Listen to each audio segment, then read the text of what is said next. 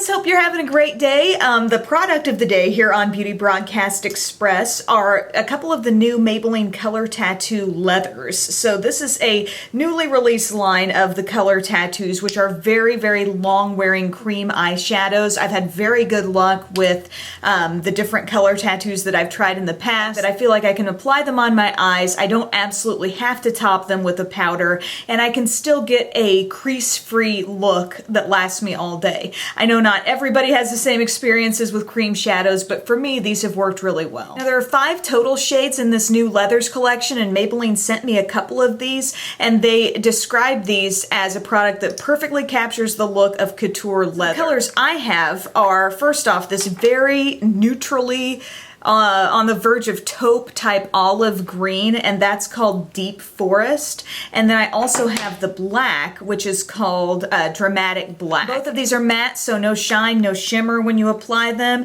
And I do have some swatches of them on my hands, and you can see just how neutral that greenish shade is. I mean, when you think of forest, I always think forest green, but there's really just a hint of green in that. And the black as well. There's the full swatch and a more precise swatch. And staying power-wise, I have no complaints. I've been testing these on and off. I've been using this black one quite a bit as just a cream or gel eyeliner, you know, with my little fine-tipped Real Techniques brush, the fine liner brush that I love so much.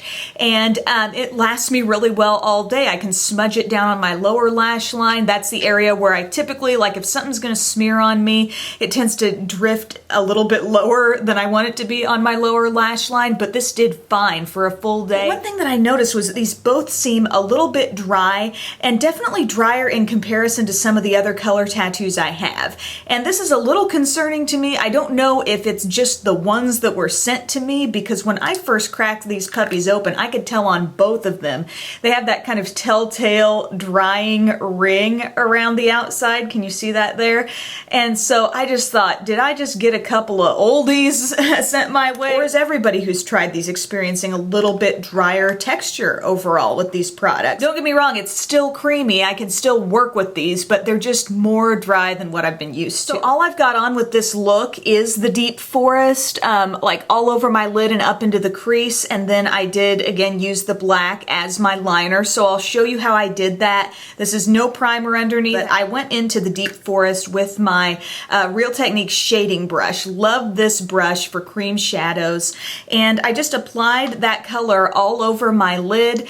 It's a little tricky to blend. You just gotta work kind of quickly because this will set. Then I wedged it up into the crease for some more depth there and built it outward into sort of an outer V. Then I took a bare brush, my base shadow brush from Real Techniques, and I used that to kind of buff over the edge. And then I took a Sigma pencil brush, one of my synthetic ones, and I went down on my lower lash line for some soft, kind of smudgy liner there. Then for the black, I went in with my fine liner brush from Real Techniques, and I took this across my upper lash line. I found this to be drier than most of the cream and gel liners in my collection. Definitely not near as creamy as a MAC Fluid line. Also not as creamy as my Essence Midnight in Paris liner. I mean, it just really, I had to keep going back. It wasn't giving me a really smooth line. Finished the look with a nude liner in my waterline, also mascara top and bottom, and some false lashes as well. And so for this video, I just really wanted you to see how these look with nothing else on them. You can really see the matte finish, but you can also just use them as a base as well. The other day I was wearing the olive, and I used the Too Faced Rock and Roll palette, and I used the olivey shades on top, and that worked really nicely. I found these to be very consistent with everything else I've used from this line as far as staying power goes, but in the consistency, the texture, I found it to be just a bit more dry, which can make blending out a little more difficult for you. I had the most difficulty with these in terms of their dryness when I was trying to use the black as like a fine, you know, black line across my upper lash line. And it's entirely possible that the dryness I've experienced was just an isolated incident, but maybe just something to be aware of. I haven't seen these in stores around me yet, but I'll be keeping my eye out for them because many of the color tattoos in Maybelline's line do contain shimmer, so I think it's refreshing to see some matte options. Just keep in mind they may come off a little bit drier than what you're used to. So thanks a lot for watching this review, guys, and I'll see you later. Bye.